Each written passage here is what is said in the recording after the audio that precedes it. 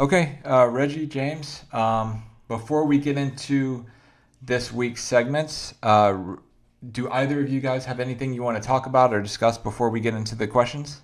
Like I always do at the beginning, just remind people about Death Row East t-shirts, Tubi, and Facebook, TikTok. Hey y'all, I've been noticing something. I told y'all John don't know how to work this shit yet, so those of y'all that don't like the wait, and I know John doing it on purpose, but I just messing with John. But those of y'all that don't like to wait to catch it on YouTube, I noticed John been releasing our videos that normally come out at 9 a.m. Pacific Standard Time daily. And John been releasing them early on Facebook. So if y'all, those of y'all that like me that want to hear the daily topic, if y'all can go and just check it out on Facebook, it's usually out 4 or 5 hours earlier. And so just a little tip. It don't happen all the time. He just messes up about 3 or 4 times a week and do that. Okay, so Facebook, TikTok, Instagram, Death Row East t-shirts. I think that's all I got to cover. Welcome back to my boy James. Hey. James still over here hanging out with us, hanging out with his boy. All the time. And you know what? It is something I wanted to speak on and say. I want to say rest in peace to my little nephew by marriage, DeAndre Guillory.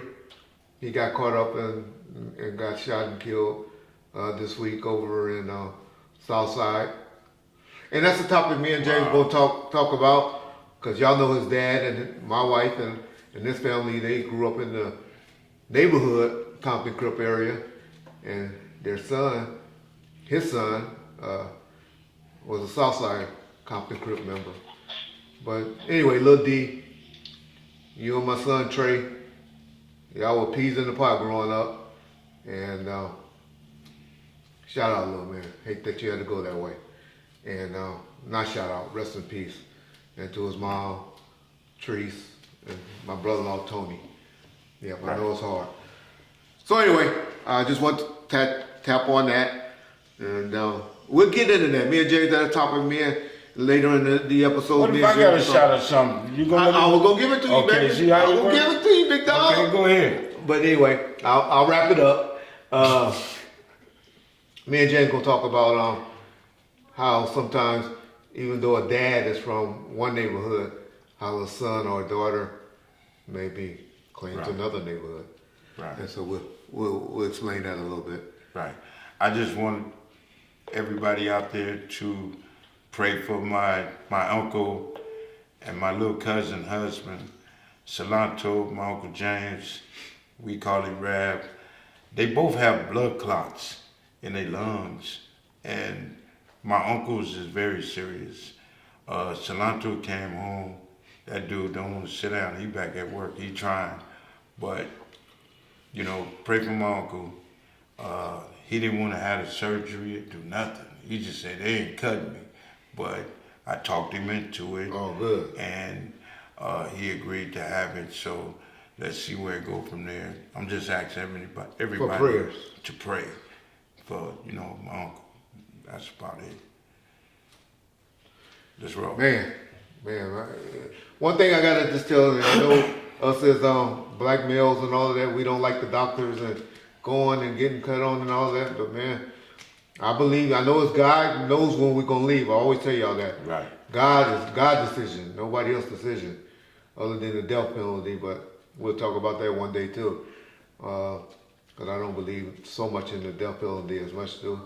But no, I believe it's only God's decision, and but we still gotta go get. God puts medical or doctors or people in our lives to help us and get them to know how to make stuff happen. So, man, y'all try to listen to modern medicine, man. These people are.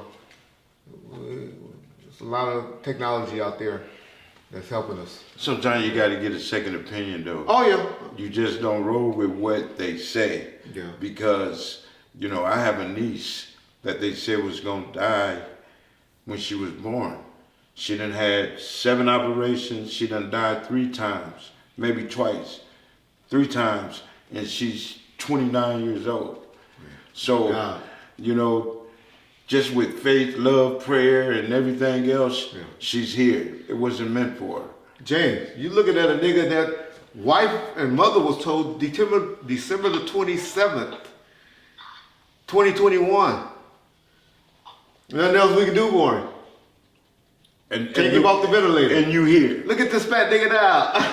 See, God gave, your situation was purpose. Yeah. We go through shit for us to wake up and see shit. Yeah. So it might have been something that Reggie just ain't got yet. Yeah. But you're more humble than you was before. Am I? Man, you was angry as a motherfucker. But you're totally different. Yeah. So you just really got to see what that calling is. Yeah. You know, a lot of us overlook it. Figure out the way. You know what I'm saying? Figure out why. We don't be in the position that we are in just for nothing. And I get clowned a lot about my hairstyle, about my hands and all of that stuff. And I'll be like, damn, these niggas just don't know. You looking at a nigga that 2 years ago that couldn't talk. You did, I remember an interview you did with Vlad where you was just pretty much like, Reg, don't do no more interviews. You called John. You called John and said, tell Reg don't do no more interviews. And I was like, shit, I thought I was doing good the way I was talking and stuff. Because I couldn't talk. Y'all looking at a dude that woke up 2 years ago, this time of the month, I swear. Right. That couldn't talk, was paralyzed from the neck down, couldn't move. Y'all clown me, talk about my hands, call me clog hands and all of that stuff. And me, I'm like, okay.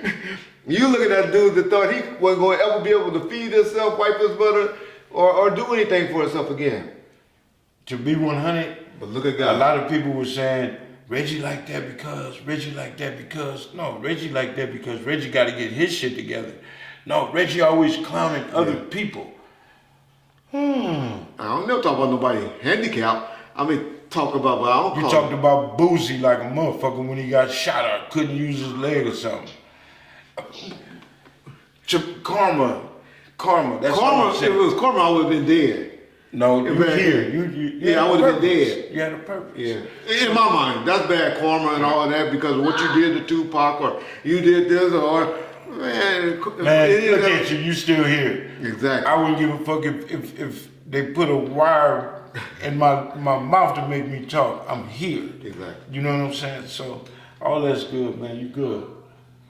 Yep. But anyway, John, let's get to the topic. I know we went a little longer than we normally do on our intro.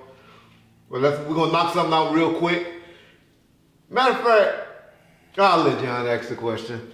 Because I know me and John laughed about it before we came, and I know we ain't talked to you about asking you about it. And I'll let John lead into it. But me and John already talked about this one off air because we normally don't. As James, you could contest to. Do we ever tell you, or do John ever tell us what the questions he's going to ask for? No. We just go off the top of our heads. That's just me and James. But anyway, John, go ahead. I wanted to get clarity because I know that over the last couple of weeks, Gangster Chronicles has been putting out some podcast episodes, and you weren't on them, James. So I didn't know if you were taking like a hiatus from the show, or if they were going a different direction, or if there's anything you can speak on as far as your status with Gangster Chronicles. Well, I got some things going on with Gangster Chronicles. I wasn't aware of the things that's going on with the show. Huh? What? What that mean? I didn't know. We started a new season. I'm not aware of none of that. And oh, you got done like Reggie Wright and Alex Alonso did. I knew that's what the fuck you was waiting on. I ain't gonna do like nothing. See, the difference between Alex and Reggie and James is James got 50% of Gangster Chronicles. Okay, yeah. So, wait a minute. You can't. I had signed paperwork with him too, though. Wait a minute. Huh? I had signed an agreement. No, I got 50 of that show. Of that show with Black Effects. So I had signed an agreement, not the same agreement because I know y'all did. Oh, and I didn't have it with Black Effects. Okay. But I had an agreement with you, James, and Norm that I signed, and I know We both signed a year agreement. We both signed a year agreement. That year agreement is over and done. I ain't signed nothing else with him. But the only thing I signed was that 50-50 partnership with Gangster Chronicles since we've been doing Black. Hey, I'm past Gangster Chronicles. Okay, so what we talking about? We asking you. Did you know that you went on Gangster Chronicles no more? If he shut the fuck up and let me talk, we asking you. Then Did he you know? Did Norman still do no Vaseline on there you? you go. There you go with the Like the he names. did me. Man, I'm gonna let that go because I ain't finna be messy with it, Riz. Okay. Listen to me. I respect that. You know what I'm saying? I'm trying to I know keep you it still gotta have 100. business. And I got other shit going on. Yeah. So no, I didn't know nothing about what's going on now. I was left in the dark up until the day that I asked the question. And the question, you know, what we doing? And, you know, certain individuals got mad about that. But other than that, me and him haven't talked, me and him ain't nothing. So before I go off the loop or whatever, or go where I'm going, shut the fuck up, let's see what's happening. So I'm still waiting on a phone call from Norman. He ain't called me. But do it seem like the same tactics or whatever that was used with whatever? Yeah. And, you know, I ain't finna badmouth the dude. No, I know. You never do. No, I'm That's just what saying, it ain't even necessary for me. And you know, I personally like Norman. You know, even after he stuck one in me, I still like Norman. Still talk to him. Still did a couple of shows with him after that. I'm gonna say this. But long as I've been alive and been able to understand people, friends or whatever, I understand that there's no such thing as friends. nigga, I ain't your friend. No, listen to me, man. Why don't you be quiet? When you okay. start and start these new ventures and try to do business or be on the level, or you know, just showing your 100 to a certain individual, and this is how we end up so-called friendship. You know, I'm good. One thing I can I'm say, good on that. you kept it loyal with Norm. I have never heard you, even after I saw those episodes and I was like, hey, you ain't on those. Even after that, and I left it alone, and I said, I'll wait and get him. I said, we'll get him back, and I'll hit him up on the channel about that. But you have still not to this day, and the day is February it's President's Day. And I'm not. And you have the 20th. You have not said nothing bad about Norm. Him and I has to, we got to have a conversation. You feel me? Okay. And that's all I'm looking for. I'm just looking for a conversation. Explain something to me. Don't text me. You know what I'm saying? She sent you a text. As much as I did, and never missing a day on the show, never missing shit. Don't start doing. And you go on the show. Yeah. No disrespect to MC8, because MC8 has that music knowledge and that background that you and I don't have like he does. But if you think of Gangster Chronicles, I ain't saying Digital Soapbox Network, because there's a difference. But Gangster Chronicles, James McDonald. I've been there. From day one. I'm not gonna say Gangster Chronicles. I do. Wouldn't be shit without me. I do. I mean, shit can grow however it grows, as long as you. I ain't saying. Like, you know what I'm somebody saying? else can pick up the torch. Yeah. But Like I James said, made Gangster Chronicles. And No. if James ain't on Gangster Chronicles, and Reggie, I know been gone for over 2 years from Gangster Chronicles.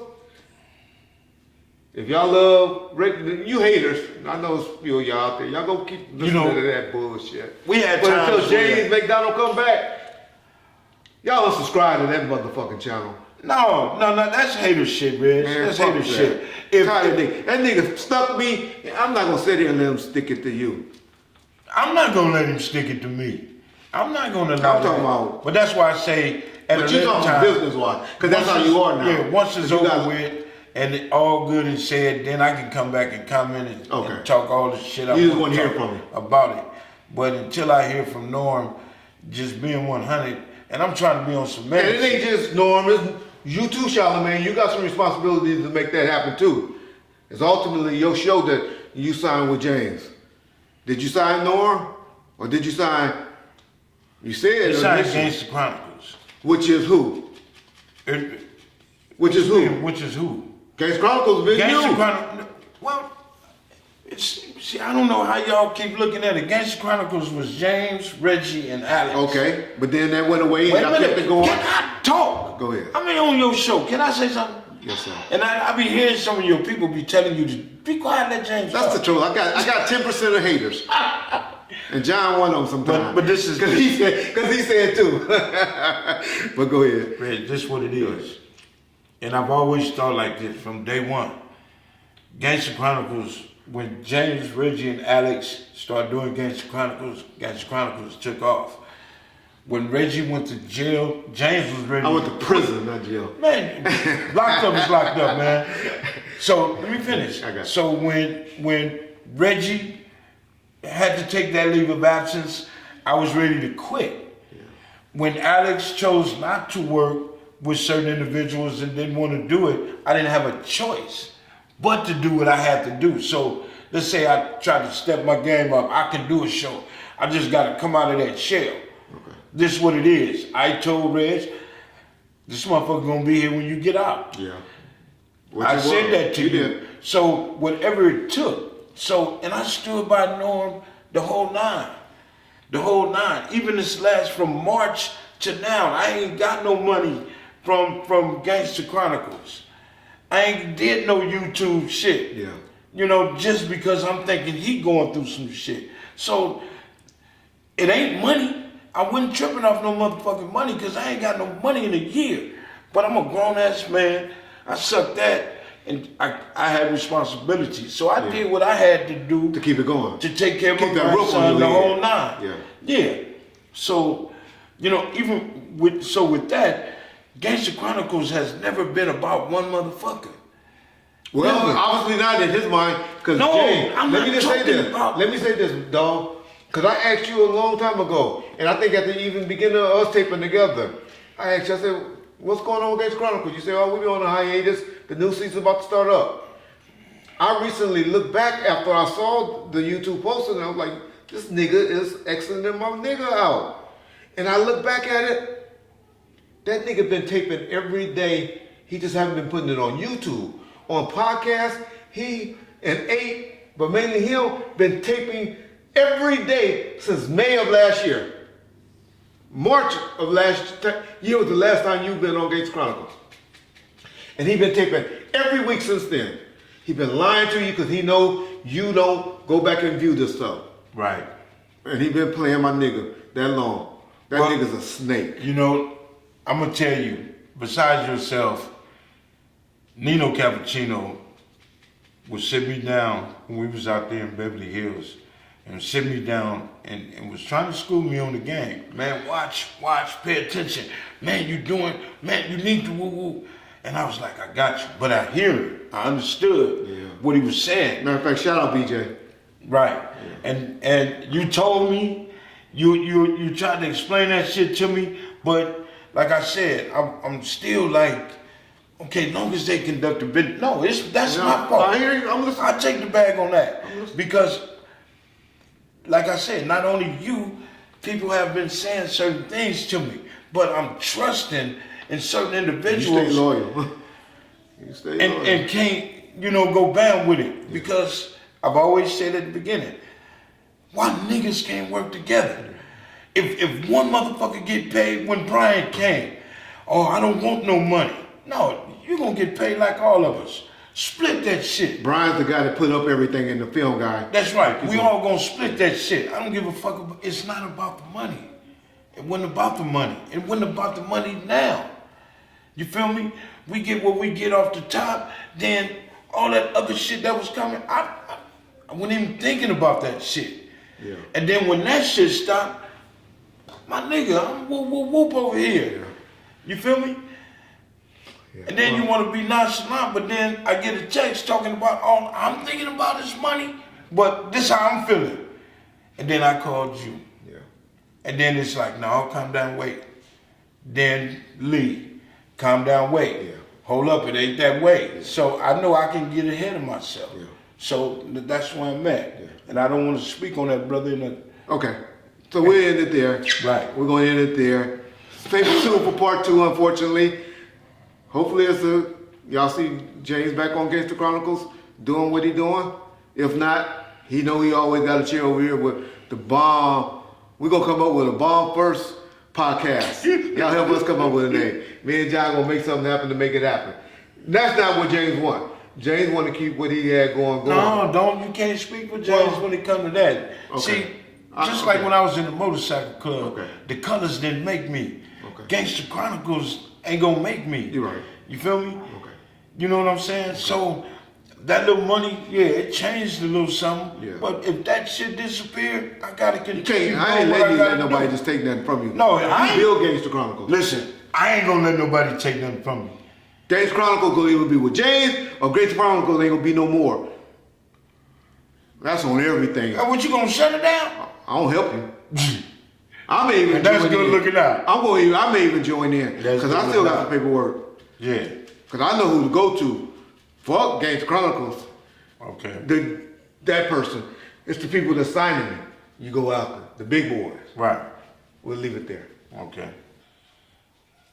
I sit back many days and I had this conversation with you. I see the anger. I see how you be getting that certain when somebody cap at Reggie going in on that ass. Always and I sit there like this, the police or nothing. and I say, this dumb motherfucker, he know Reggie gonna come back. Reggie finna clap at that ass. I say, ain't no need of me going after damn nigga. And I try to tell you that. Well, you different though, because you gonna take it to another level that Reggie might not take you to a level if it gets there. Well, mine changed. Now, I came into Mob James and James McDonald. When I had that fight, that was the biggest fight of my life. Yeah. Because this world don't accept James McDonald. This world is not accepting James McDonald. This world only accepted Mob James. Because if you rub me wrong, now I gotta figure out how to be and do to get your ass.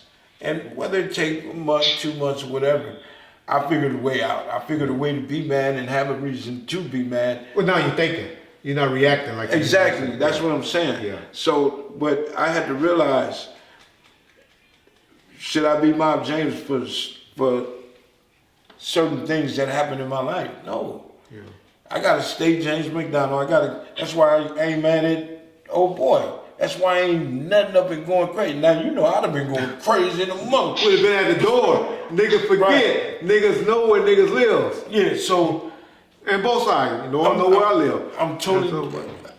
I have to be totally different. I don't give a fuck about what none of these cats have to say. Yeah. I'm damn near old man. I'm still young, but I'm damn near 60. No, you move good. I can't be fighting over 50 years of bullshit. Do shit come back and haunt you? Do karma's the motherfucking and I accept all that shit. I agree with you there, but you don't let nobody take nothing from you. No, that ain't what I'm saying. I'm far from that. Listen, Reg, Lionel can go with my mom, my sister, my aunties, or whoever. I refuse to be a punk to any nigga. And ain't no nigga gonna sit here and say he made me out of punk. See, you know how to make me mad, man. But don't. Huh? All right, John. No, I'm getting teary-eyed now because, you touched my butt, Reg. Check this out, man. Okay. I swear to God, you got me mad. I'm mad as a motherfucker. That wasn't my intent. Ain't no nigga. And I'll die. I'll go to prison for the rest of my motherfucking life. Ain't no nigga gonna think he gonna do me. Ain't no nigga gonna hurt me. I'll kill you before that. You can cut this shit or keep it 100. But I ain't got a problem with killing a nigga. Ever in my life. All right, John. Can I get both of your guys' opinion on... It seems like as soon as Suge... Not as soon as, but now that Suge has gone to jail and that he's locked away, a lot of people have come forward and said that they stood up to Suge, or they beat up Suge, or they did this to Suge, or did that to Suge. But when he was free, they never really said any of that. Can I get both your opinions on people kind of coming out of the woodworks and claiming that they did this and that to Suge? You sure can. I can't stand it when all of this once upon a time bullshit start popping up. I'm the only motherfucker that should be able to be mad at that nigga. I'm the only one that can talk shit about Suge. All this other shit these niggas talking about, they beat him up and they pushed him down. Now he have been in his own little altercations and shit like that. That's documented. But all of these new cats coming up talking about bing, bing, bing, bang, bang, bang, knock, knock, knock. Come on, man. Come on. I wouldn't even tell a story about me and Suge and I beat Suge up and Suge been gone all this time and now I'm coming out with, I wouldn't even open the door for that shit. And a lot of these cats is open the wrong motherfucking doors. Man, I'm the only cat that calls Suge names. Yeah. But Suge is from the, is I'm getting mad. I think people should leave that type of bullshit alone. I get pissed off when I see it because a lot of shit I've heard, like, man, damn, if Suge would have got his ass whooped on the 3rd, I would have heard about it on the 4th.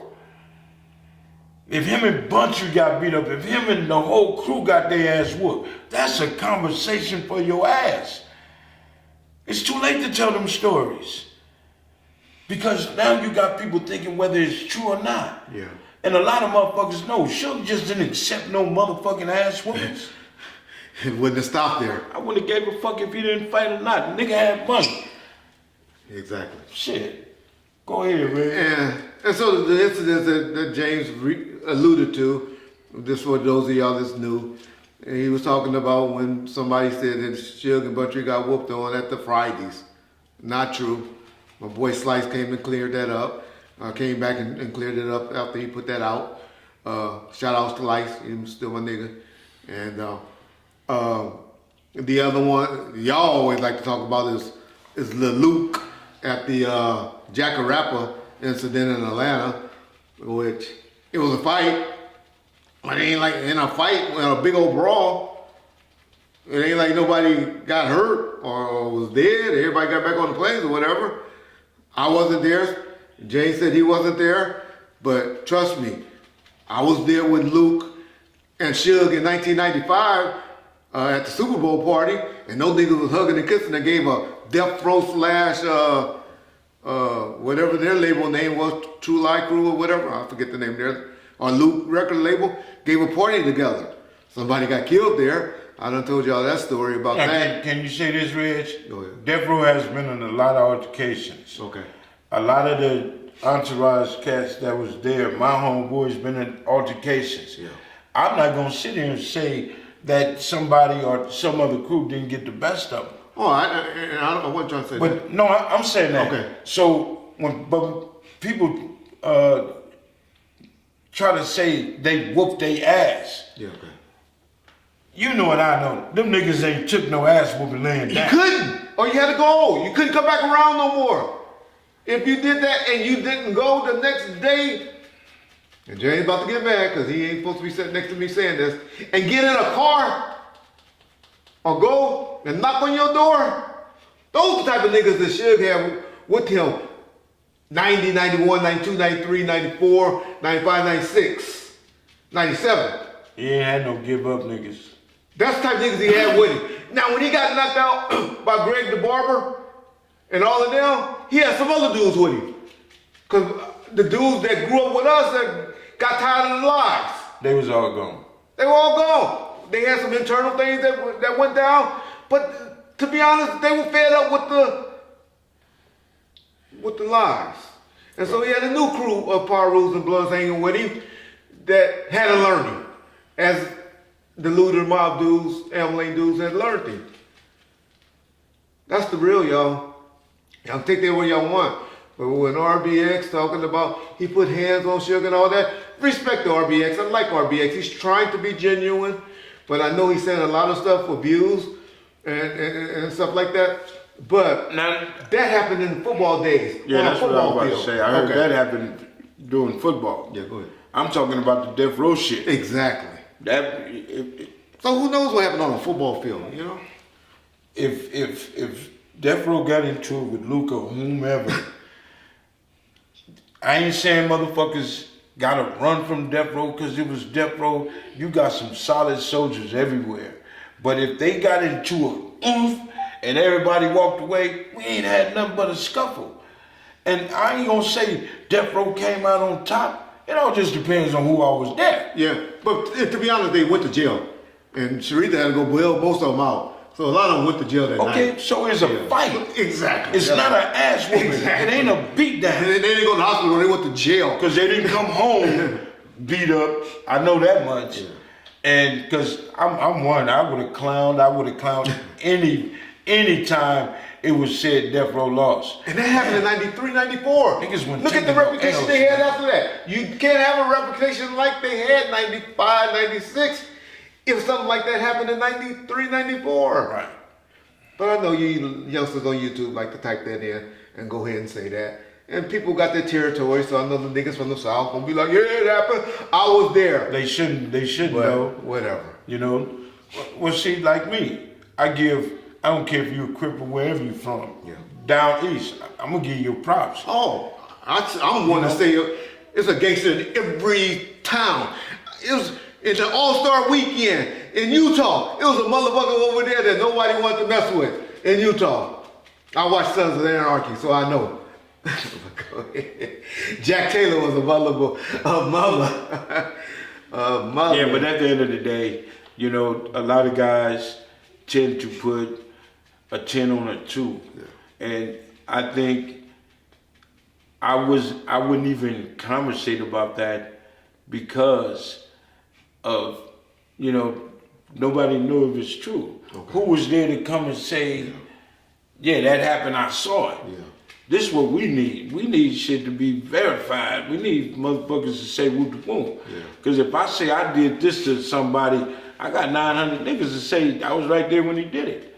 I got at least 1 or 2 that was there when I put my hands or foot on the motherfucker's ass. Yeah.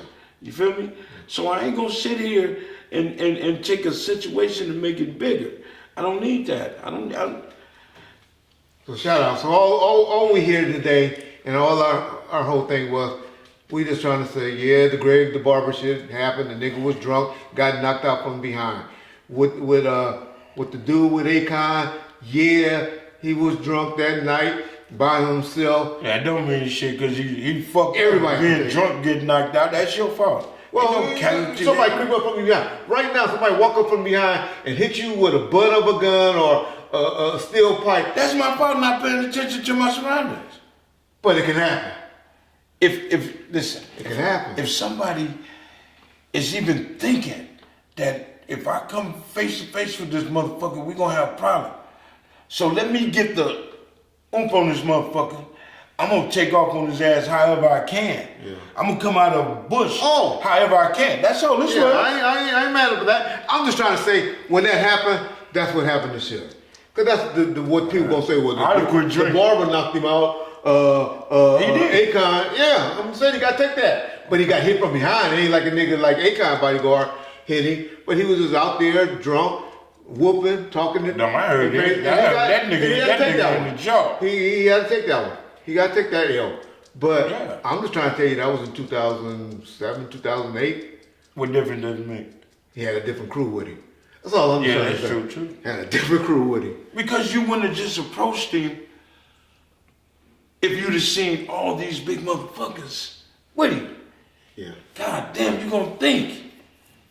Now, me personally, if I done saw all them niggas with Suge, I'm not finna approach them niggas. Yeah. I'm finna dump on these motherfuckers. Yeah. That's the closest I'm getting. Yeah. And in fairness to the crew that was with him in 2007, 2008, they did have Akon and brother running down the street, Humbu, from the studio, running down the street, then they're naked. I don't know. Shout out. I'll leave that alone. We'll leave that there. Y'all know that story.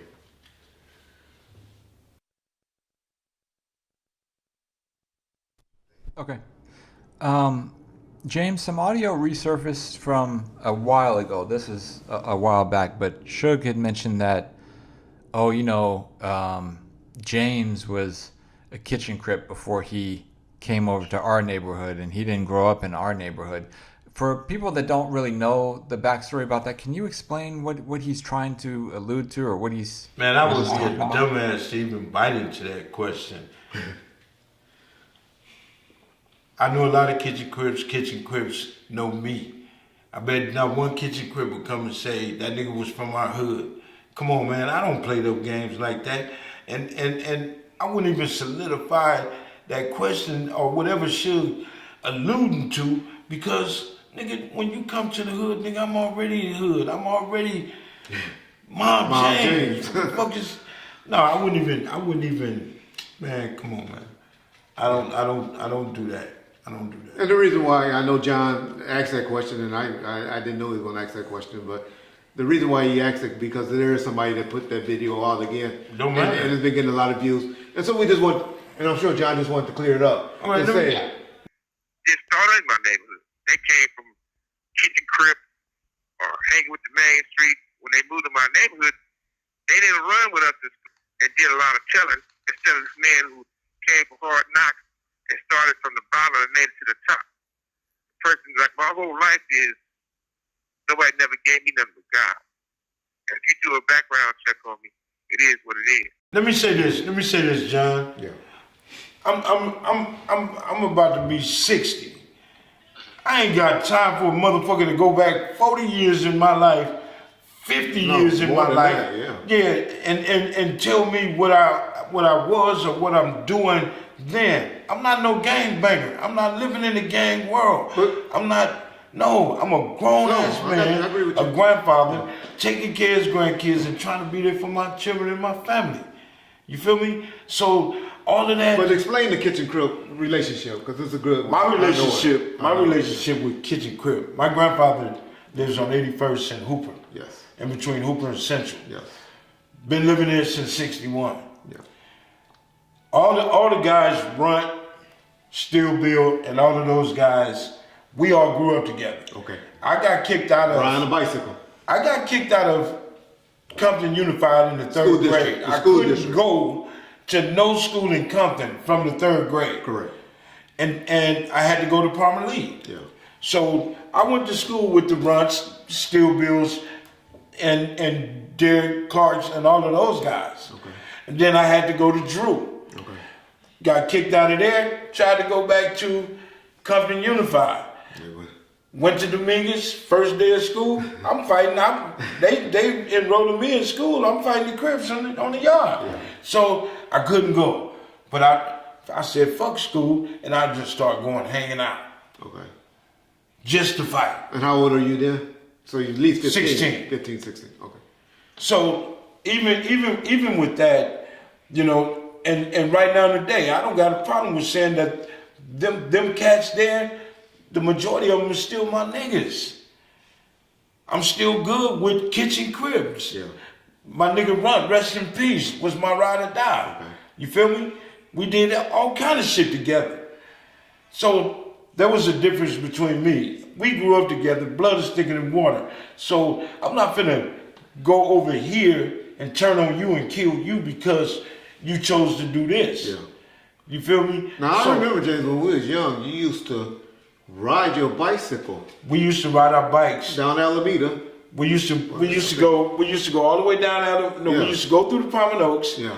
And go up Alameda. Yeah. And we used to meet Runt Okay. at Drew Junior High, Yeah. and he used to have issues with the 8-9s. Okay. And one day the police pulled us over, and we on our bikes and shit. We standing out there, and police pulled us over. So now they asking names. Who is you? Who is you? I'm woo woo. What set you from? I'm from the mob. What set you from? I'm from Kitchen. Didn't make sense to them. How in the hell is Pyrus and Crips hanging? What y'all up to? Yeah. We family. Yeah. And that's what y'all got to understand about. No, that's what these young cats don't understand. Well, that's what I'm talking How and every nigga that's of my age Yeah. can honestly say they got a B-Dog, a Crip that got a B-Dog. Every cat of my age said, they first baby mamas, if you a Paru, my baby mama from Hoover. Exactly. You feel me? I wouldn't fuck with no blood girls. I would have to go in their hood. Exactly. Fuck this chick. Yeah. Because what we call them, the ones that we mess with, I'm going to give y'all a term, they get mad, that we mess with, that was from our neighborhood, they were labeled as hood rats. Man. And they didn't like that term. Well, it was different for me, man. But they didn't like that term. And so that's why a lot of girls mess with guys from other sets or other, right. So they wouldn't be called a hood rat. Right. This is a little game for y'all. It's I just never felt, the homegirls got their own little cliques. I couldn't fuck with the homegirls because other shit and other females you bring to the hood, they gonna squabble. So I wasn't messy. So I stayed outside the box. But every chick that I fuck with, they all accepted them. Yeah. You know what I'm saying? Exactly. My family from Hoover. Yeah. You know what I'm saying? So, the Tracy Boos and the Tracys and and all them cats, I met some good Hoover niggas. Yeah. Through them. And they were all the homies. Yeah. Snake from Main Street. All of these dudes that used to be on 98th and Fig, with my cousin them, I used to run away from home and do summer over there. Yeah, exactly. That's what I remember about you in the summertime. And Marcus and all of these niggas, good niggas. Yeah. So, and I done did some stealing cars and all kinds of shit with these niggas. But and you was younger. Real shit. Arthur's, Kelbos, the whole line. But I'm a young nigga. Exactly. Just now that I'm older and went my way, don't change how I feel about them. So what, they Crips? Yeah. They family. And so that's all these ladies. Yeah, that's where the kitchen crib thing come from and all of that. Yeah, so for those of y'all that care and got an interest, St. James was a Crip before. He wasn't a Crip. Man, we all grew up, man. My parents and I grew up in, and I've never been a game maker in my life. But where I grew up at, my cousins and all them, they were really from PJ Watts, that's Imperial Courts. Here we go. That's the projects I grew up in. My mama and daddy both lived in housing projects in Imperial Courts area. So can I ask you a question? If Reggie Wright Sr. didn't play a big role in your life, would you have been from the mob? I don't know. I think I would have went the athlete role. I really hope that's all it went. But that's what my father was doing. Man, a whole bunch of athletes in the hood. Yeah. I don't know. I don't know. I didn't ever get no cause for study. Yeah, I hope not that I would have took the game maker role. I hope not. I'm not here to glorify a game member. I understand it. No. I respect the hell out of game because they're men. Back in the days. But if you wouldn't have had Reggie Wright Sr. in your life, would you have been, or is it possible that you could have been from the hood? I would hope not, but yeah, that possibility is there. That's all I want. Yeah.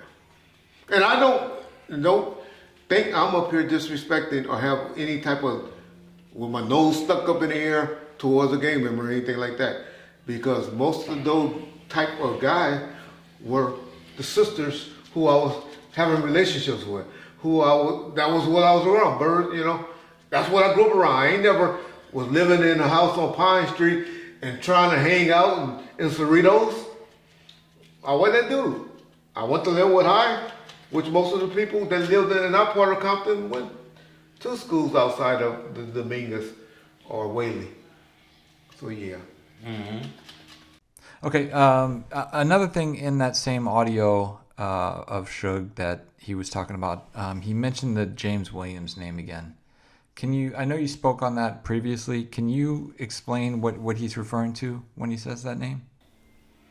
When me and Suge first started, when I got out of prison, James Williams was able to catch a flight. James Williams was able to leave town. James Williams, he had a female in the DMV that got me a driver license and James Williams. So that tells you how much certain individuals know about a person. Nigga, I didn't go to prison, James Williams. I went to prison, James McDonald. I was James McDonald living on 1609 East Killen since 1973. And he knew that. He was just being Suge. Okay, but he just being a comedian. These are questions that's yeah. What they say, ludicrous. Yeah. That's ridiculous. He knew what James Williams was. It was a fictitious name until I burnt that motherfucker out. Caught a DUI and keep it 100 in my Cadillac rolling, getting some motherfucking Dougie, and the police pulled us over. And you good to speak on it. Statute of limitation is up on that, y'all. No, I went to jail for DUI. Oh, under James Williams? But under James Williams went to jail. Yeah, exactly. And when they released me, no, real shit. When I got out 12, 13 hours later, I was gone. I took that motherfucker, bent it up, threw it out the motherfucking window, kept it pushing. Now, if they find that in the street, they some bad motherfuckers. Yeah, but what I'm trying to tell you is it's a warning in the name for James Williams. But they can't affect it because the statute of limitations is up, so you ain't got to worry about it. I just saying that to all the little. Trust me, I read comments, and I know what motherfuckers be saying. Well, and I learned not to pay attention to all of that bullshit because one thing I understand, and it's cool. Everybody got a right to their own opinion, to what they think. Most people don't think about what they're hearing. Yeah. Or last thing they hear, they believe. Yeah, so it comes factual. And that's one of our biggest problems. You know what I'm saying? For one, we can't work with each other. For one, we can't hang and kick it with each other. Drugs or marijuana gonna kill that. Because somebody gonna get high and drunk and be ready to fight. Yeah. I mean, we gotta get better with ourselves. And then these little kids, they only want to take bits and pieces of a conversation and then come up with their own terminology of what the fuck is really happening. So you can't teach a kid that I'm trying to tell y'all not to be like me. Y'all gonna turn that to something else. Yeah. You know what I'm saying? So I tend not to want to try to explain that type of shit. At a certain age group, you are not gonna get some I have. Yeah. I done had on the phone where a brother get at me and tell me, man, he appreciate me because his son graduated and he didn't have to bury him. And if you say one person is all this shit and all this you do, no, I have more, but man, if you say one, it's worth it. Made my day, and it's worth it. And I'm for good. One of y'all on YouTube to learn something from us. Then all this you old 55, 60-year-old men doing all this talking is worth it. As James alluded to earlier in the episode, God got a plan probably for me, and that's why I'm still here. When they told me to get off life support, then it's worth it to me, y'all. Right.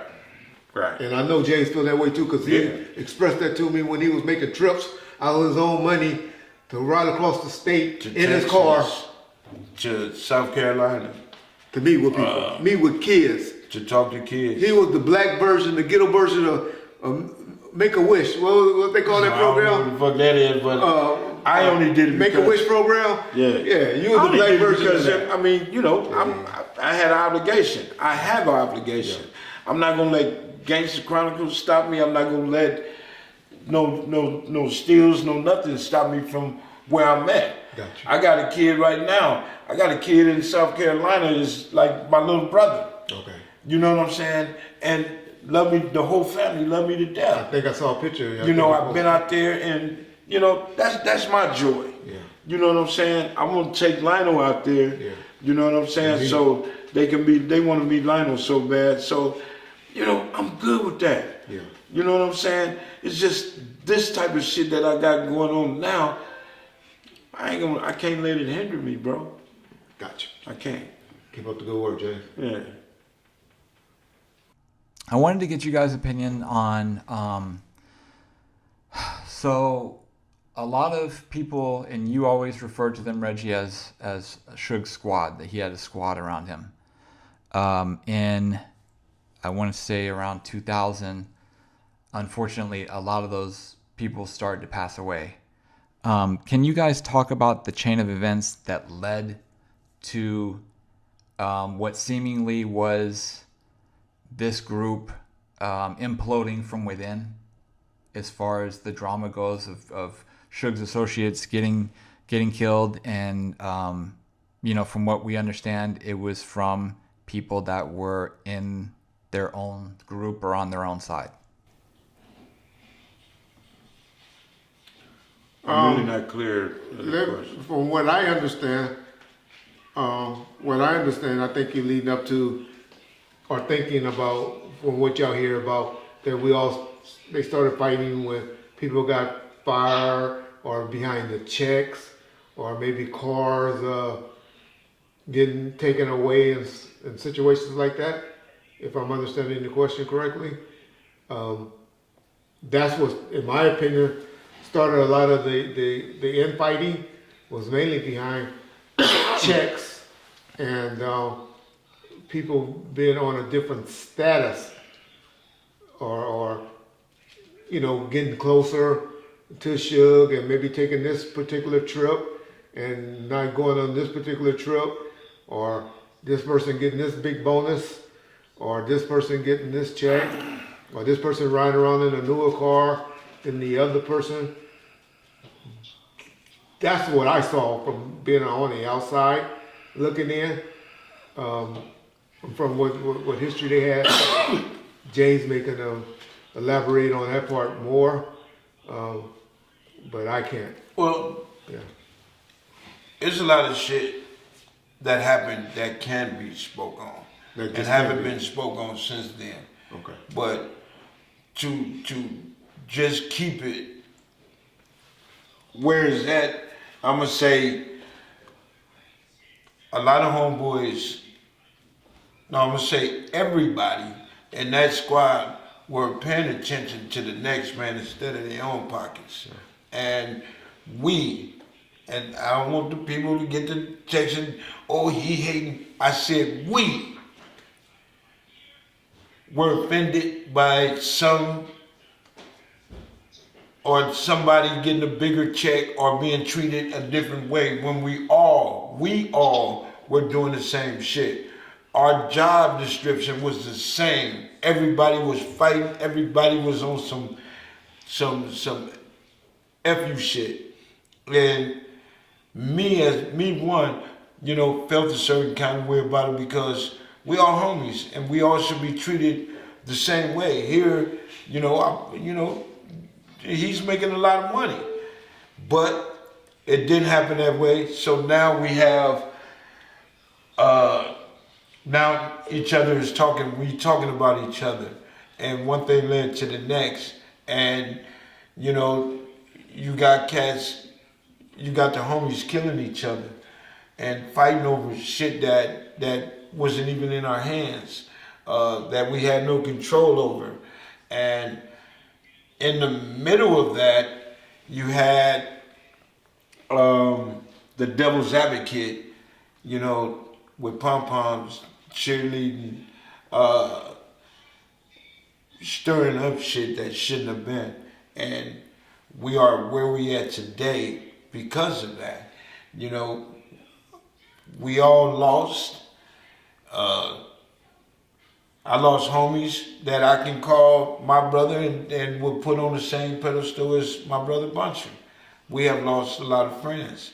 And, we lost a neighborhood. Ludus Park, the mob was like 100. And ever since 2001, it's never been the same. So, a lot of guys ain't gonna put it that way they can't put it that way without telling the real story. And that's just on the outside of it. So that's all that happened, man. We fucked up. We were getting checks. A lot of the guys that was there was getting checks that never seen a paper check. It was all about taking money. You know what I'm saying? Not receiving it in a check. Not really having a job. So, they say, it's like opening a gift for Christmas. When that motherfucking gift was open and niggas was getting $2,500, $900, some niggas was getting $600, some motherfuckers was getting $450 every 2 weeks. It was like, what the? we were, you know, it caused a problem. So that's what that was. But at the end of the day, we all lost. Even Suge. You know what I'm saying? Here you got the head motherfucker in charge doing 18 goddamn years. You know what I'm saying? Out of damn near 9 cats that lost their life. You know what I'm saying? So, you know, we all lost. We all lost, man. You know, so. Okay. Speaking of losing, Reggie, I want to send you this link.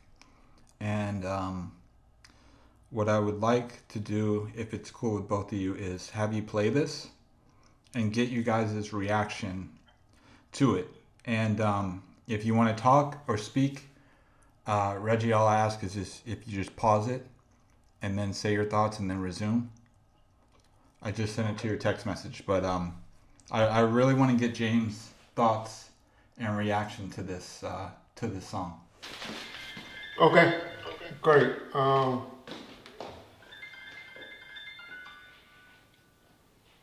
Okay, great. Play it right now, and then we'll listen to it, and we'll get a reaction. You know, we'll see what happens. All right, give me 1 second. All right. So, song that he wants you to listen to.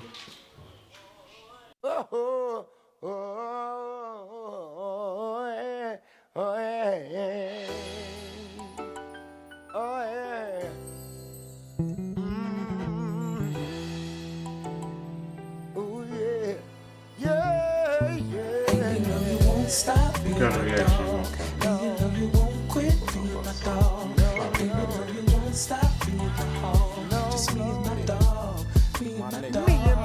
It's kinda hard to swallow. My homie couldn't see tomorrow. Now somebody gotta pay for the sorrow. Blow out your marbles for every thought. There's a teardrop. And I swear I miss you, my nigga. Oh yeah, and tell Pop. On my block, it seems they keep falling. Now I'm beating niggas down often. And I wish it wasn't you in that coffin. Remember blowing on that grind down sticky icky. Out in Hawaii with Suge, sipping on daiquiri mix. Chase down with Hennessy and early in the morning to the crack of dawn. My OG homie Buntry from the mob lives on. I take this shit deeper now. I'm seeking my first child. You couldn't see her smile. My nigga, we hurt now. They say you never miss a true homie.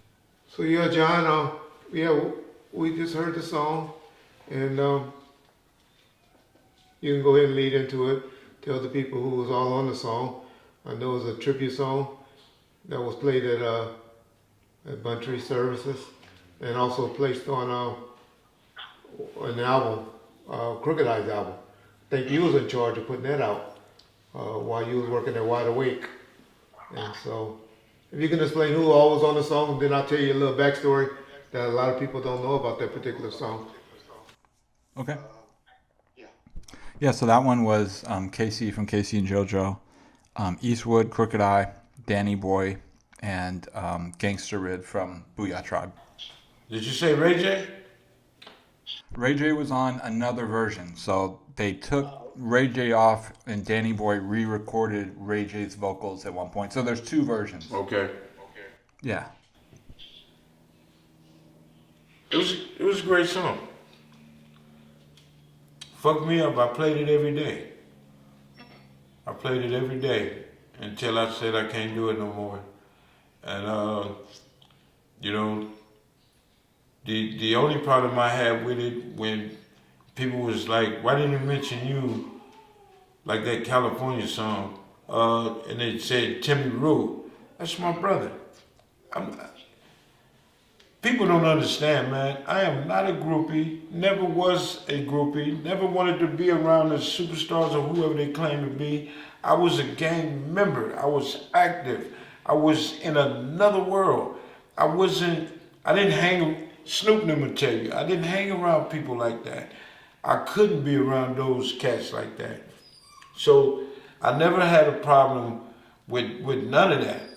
You know what I'm saying? They showed love and gave respect to my brother. That's the only thing that mattered to me. And all those guys that did that song and the way they did that song, I'm forever grateful. You know what I'm saying? I still hold that song dear. I still have the song. So Yeah. So we're gonna call it ball, strike, strike. Suge Knight, and they were just hating on James at the time. Why they didn't mention any man in that song. they didn't have to though. But they didn't have to. James didn't want that. That wasn't James. I'm not saying that's him now, but definitely back then. Y'all gotta understand, James was the type of nigga back then, after he got help and did what he did to help Suge get on and stuff like that. When I came around, 95, 96, he was the nigga that you called when you needed a lot of dudes, or you needed somebody to have that gonna show the numbers and the rep and gonna be with it when it's a possibility that it's gonna go down with another set. After that, all the dudes that was around, from me on down, was scared or didn't really want James around because of how James would have got down. James was straightforward, would tell us to F us, tell Suge that, and he was a threat to Suge Knight and a threat to oppositions because one of us would have had to do something to James if he did something to Suge Knight. Which it would have never came to that. That wouldn't have happened. But that's how it was. Me and That's how niggas feel. and you know, truth be told, me and Buntry had a lot of arguments, push and shove grudges because of that. You know what I'm saying? Because, you know, at one point when I felt a certain kind of way, Buntry was like, no, that you fuck shit up for all of us if that happened. So, you know, a lot of shit, motherfucker had to keep his hands in his pocket. But, you know, when I realized it only took conversation to get what you need. To get what I need.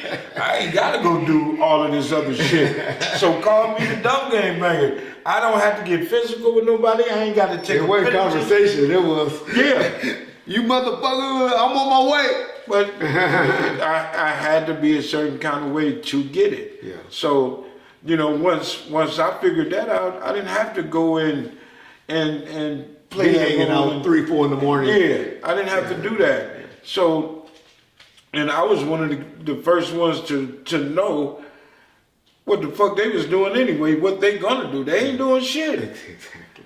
Couldn't. And I wasn't finna hang out for that. Yeah. So it was a big difference, and you know, man, like I said, man, I love the song, man, and I'm not looking for my name. And if I was tripping, I swear to God, they'd have told you Mob James was tripping because they didn't put his name in there. I got my brother and my other brother. Motherfuckers didn't even know who Mob James was by face until I was like, fuck it. Motherfuckers just heard the name. Motherfuckers didn't know the face and the name at the same time. So that didn't matter. That didn't bother me. And it don't bother me.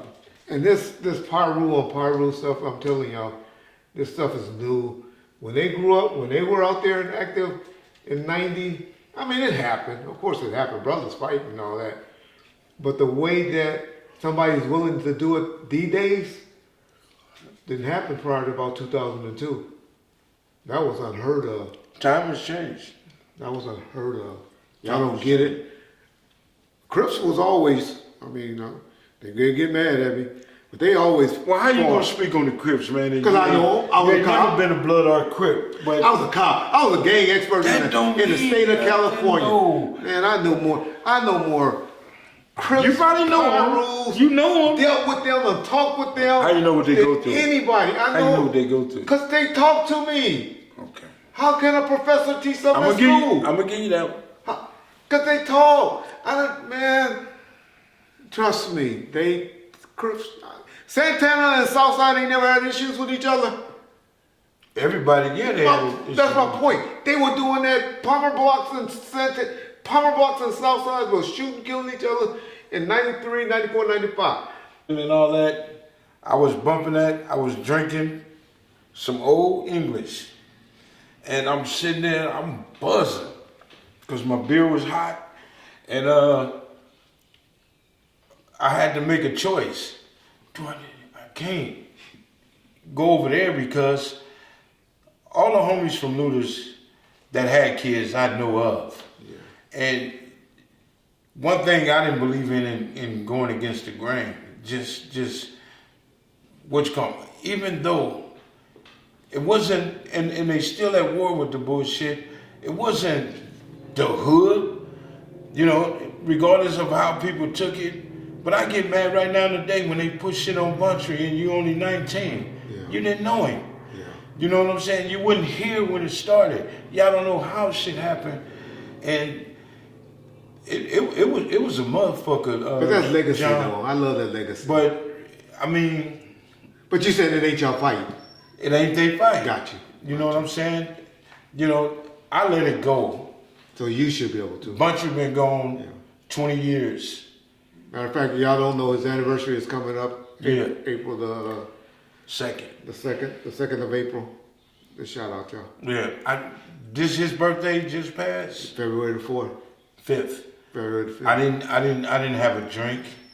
I didn't shed a tear. I didn't go on Facebook with you know, my sad shit. I've learned how to accept. Yeah. You know what I'm saying? And I see him, I look at him every day at my house, you know, with the picture on the wall. And I'm good. I'm good. And it's cool that I was able to change. You know what I'm saying? Because the hatred wasn't doing shit but holding me down, Reg. Yeah. And blaming everybody ain't gonna get us nowhere. So talking to Cynthia and what they trying to do, a peace treaty, a hood, it shouldn't be a peace treaty. Everybody just gotta understand. These cats don't know the history of power rule. Yeah. It was never like this. Never like this. And for all of these guys that are gone now, nigga, stop. Cause they doing more harm to what it used to be than what it is today. You know what I'm saying? And after moms, I don't even go to Compton. Yeah. I don't even go there because it's just like nothing. Unless somebody say something about you looking for them. Well, that's a different thing. Look, like I said, I'm getting up there in age and I'm wiser than I used to be. I actually think now. Yeah. And consequences mean a lot to me. A lot to me because I'm not just living for myself. I'm living for my grandson. Awesome. And I dread if something happened to me, what would happen to him? What would happen to him? I got you. I don't want him to be nothing like me. Yeah. And I do it every day through conversations, not whooping his ass. And I restrain myself from whooping this nigga. But I don't want that nigga to go through nothing I've been through. Man, you sound so much like my hero Ghost on Power. That's how I No, I'm telling you. I'm telling his son that. Like, I don't want this for you. I don't want this. Man, right. I love that Ghost. And all of these people on this internet shit and be talking that shit, man, they couldn't live in my shoes. Yeah. They couldn't. All these niggas talking about what kind of power rule there is. Half of these niggas couldn't be motherfucking power rules or a gang member in itself. Yeah. And I done seen a lot of niggas fold. Yeah. Going to prison. And every cat that's from a hood know what I'm talking about. A lot of cats is fold. Just getting in the motherfucking door when they let you off that bus in the county jail. Yeah. I done seen them. But they was the strongest, solidest, most rappingest, bloods ruled the streets of LA, killing all night. Nigga, please. You think what you saw? But it's in both sides. What I done seen? On both sides. In that jail cell behind that table? Could you imagine? But you see him. Woo! You see him. Woo! And if I wanted to, I could tell some stories on y'all heroes. No, if just say if I was in the same line of work, exposing niggas, putting niggas out there, Reg, I got a whole lot of jailhouse stories where niggas getting raped and whooped with house shoes, but come home gangster. Nigga, if y'all don't knock it off. But like I said, I'm glad I done grown up and none of that shit fazed me, dog. None of it fazed me. Yep. Shout out, rest in peace, Buntry. All the time. Yep. Speaking of jail stories, James, can you speak a little bit about how Reggie was when he was an officer? Because people always in the comments are like, oh, Reggie was a corrupt cop, Reggie was corrupt this, that. Can you speak of any stories or incidents of Reggie when he was? The closest I got to corrupt with Reggie was giving me cigarettes when I was in that motherfucker, and when he was a jailer, and I was stressing, and I needed a cigarette. He would give me two and lock that goddamn door. Other than that, man, I mean, everybody's story ain't gonna be the same as mine because I have history with Reggie. So it might have been some niggas in there that was mad at him that didn't get a goddamn thing and was stressing. But it wasn't no open the cell and let me walk the goddamn tier and walk the block. And no, he gave me cigarettes. I got cigarettes out. Reg, I need a cigarette. And James McDonald, the other one. What's the big dude? No, the Kevin Burrell. Kevin Burrell. Kevin Burrell was a cool motherfucker. And every time I went to jail, you all right?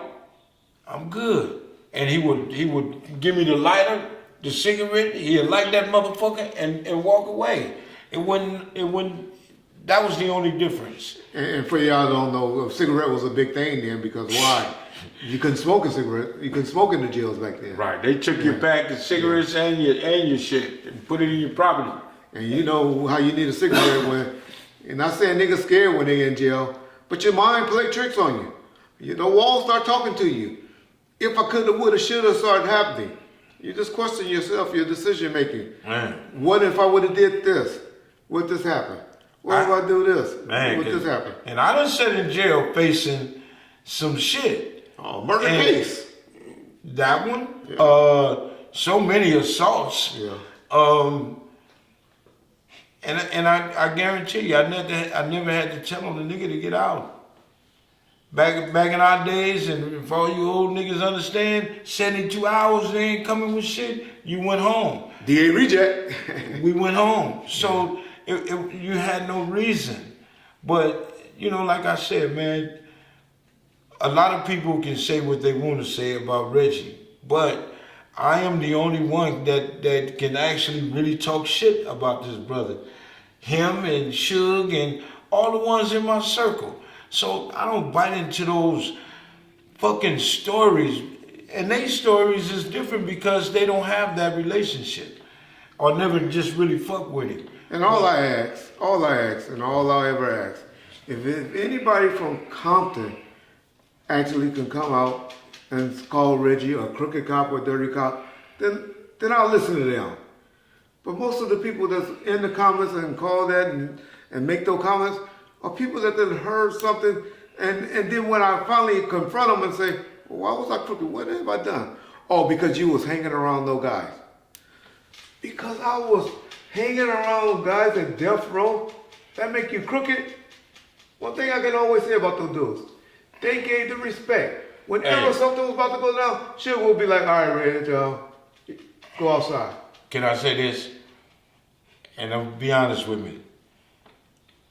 You seen the movie Deep Undercover?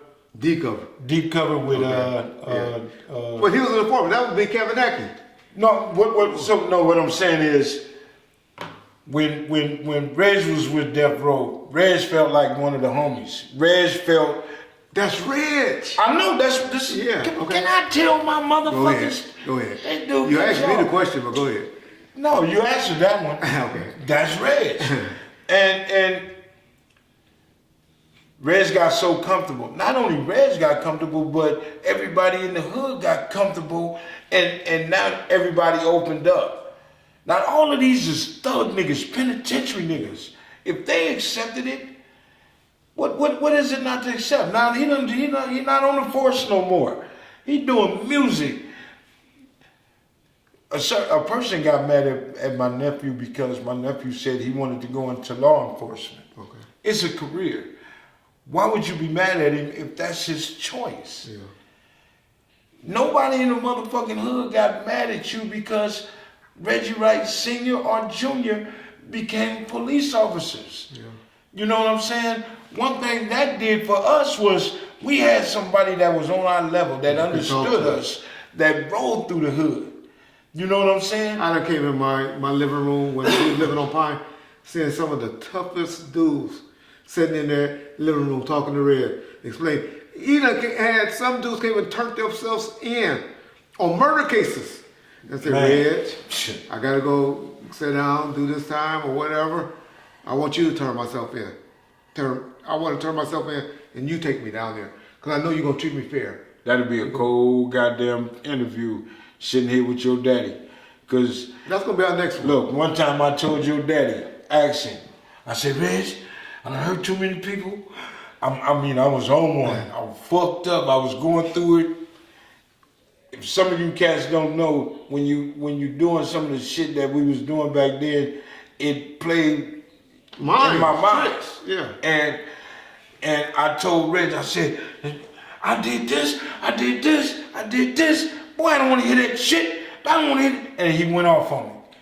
And then he said, man, make that motherfucker take a shower and go sit back some goddamn way. I don't want to hear this shit. And he walked out the door. Reg wouldn't listen to a conversation I had for a long time. Till I had to realize, like, but I was there. My mind was fucked up. Yeah. My mind was fucked up. And we had beat up, when he's talking about me, he's talking about his mom, y'all. Yeah. I had beat up these niggas that was on Carlin, and the police around because niggas got their jaw broke, beat up and shit. And Red's chasing us like a motherfucker. They chasing us. So when we got in, let's call it the comfort zone, Reg came to the house. What James? Tell James that he need to turn himself in. He need to come in and they gonna get him. I told my mom, tell Reg, he can come get me, whoop, whoop, whoop. And he came, picked me up, handcuffed me, and took me to jail. He was the only one I would allow to do that. Now, them other ones, y'all wanted to fight me to handcuff me, motherfucker. I'm telling you, and there's plenty of examples like that. No, but am I telling a lie? No. I done heard that story before. Yeah. And my point is, that's not called a crooked cop. It's called community policing. Now, to be honest, a lot of cops had a problem with it too back in the early 90s. Yeah. Because they wasn't taught community policing back then. It was kick ass, take names, is how they looked at it. And so I get why a lot of y'all say fuck the police and all of that. Let me give you another example. Yeah. And I can talk about it now. Top Dog's birthday, we celebrating his anniversary. Rest in peace, my nigga. And we was at Luda's getting fucked up. So we all decided to get in the car and go to the hood. So we going to the hood, a car pulled up on the side of us, they gangbanging.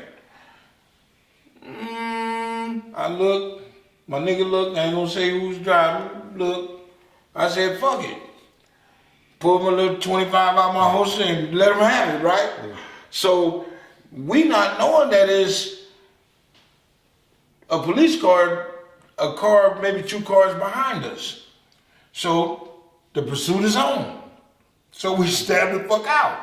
Now this certain officer felt once he got me in the county jail, in the substation, that motherfucker, I saw you. You ain't seen me do a motherfucking thing. And he went to hit me. My only reaction was to fight back. If Reggie Wright Sr. wasn't in there, I'd have got packed the fuck out. Trying to fight this officer. And they were kind of like mad at him because he diffused the situation. Yeah, so would he have did that for somebody else? See, people don't know our history. Yeah. This dude sitting across from me, when we moved on killing, I used to go to the store for his grandma and grandpa. When Mr. Wright, Alzheimer's kicked in, and he would walk away and wonder, me, Alton, and Timmy would get on our bikes and go looking for him. Now, we done caught him, if everybody know back then, we had Market Basket. Yeah. All y'all was working at the time. I don't know if he was going up there to catch somebody, but we was getting him and bring him home. Yeah. But Mr. Wright and Mr. Wright, this is his grandparents. This is their mother. Man, I loved them to death. Yeah. And it wasn't nothing we wouldn't do for them. So our history goes back from the 70s. Yeah. You know what I'm saying? Let me say this, interject right there about Reggie though. Reggie and his peers and his cop friends and all will tell you that was always Reggie. Yeah. I wasn't that way. I'm gonna be honest. Reggie Jr. was an asshole, but Reggie Sr. was always a community. He knew community policing before there was such word. But he knew everybody before because I think He was the one- he was the one to cut your lights off. Yeah, he was So he doing knew that. everybody, family. Was it the lights or the water? Edison. He worked for Edison. Okay. California Edison. And he knew everybody because he walked. But he wasn't the meter reader. He was the one that came to your house and be like, you gotta have X amount of dollars and we'll have to cut your lights off. Exactly. But he will cut your lights off. But you know what he would do? And y'all go, and this was how him and Turtle and Gangster and all of them had a great relationship, but not so much Gangster, but Turtle family. He would maybe cut the lights off, and then he'd show him how to cut the lights back on.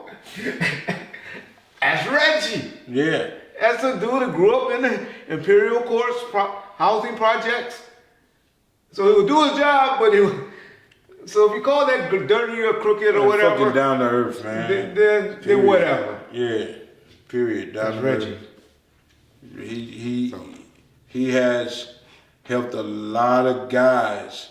He was more of a mentor to some of the guys that he really interacted with in the hood, and told them, motherfucker, you do it, you're going to jail. I'm gonna come over here and I'm gonna lock your ass up. And he'll tell you straight out and he'd do what he meant. Yeah. Whatever he said, he was gonna do it. Yeah. So, I mean, you know. But you're gonna be treated. You gotta expect for people to say what they say and not be mad about it because they're on the outside looking in, Reg. Yeah. You know what I'm saying? That's why I be telling you, don't be so quick to go off because, I mean, everybody got their own right to their own opinion or whatever, yeah. But they don't know the person. You feel me? And y'all gotta remember, he was raised by my grandmother, who was over there that worked at EDD, and she was the one that get you the job. Mm-hmm. She the one that found in Watts. There was a over on Central, for those of y'all from LA Watts area. There, Maxine Waters has a big complex over there now, but it was a big EDD over there, and she was the one that they would send you to once you file unemployment and all that, and try to help you find a job. And this was her. I remember she used to try to give us danishes while we was cleaning the yard. We cleaning up the yard. She wanted to feed us. Oh, we cleaning the yard and shit. Man, Miss Wright was always good to us, man. But that's why y'all don't get, that's why we get the crooked cop, because we believe in fraternizing. Right. We caught it. That's a word that I didn't know.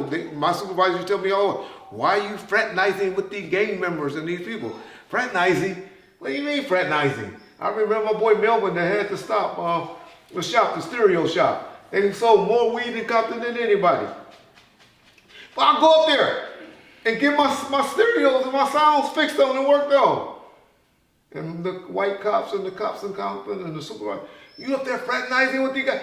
This is where I live. This is where I'm from. And even where y'all want me to go to Lakewood and get ripped off by the good guys? Oh, that's why shit's so bad today, because they don't understand where they're patrolling at. They don't understand these kids. And you could think you're doing your motherfucking job, but you're not. Beating up a motherfucker ain't fixing the problem. You know what I'm saying? I guarantee you, Reggie Wright Sr. has saved more lives than these motherfuckers have taken. You know what I'm saying? Just from being, you got some disrespectful ass police officers out there.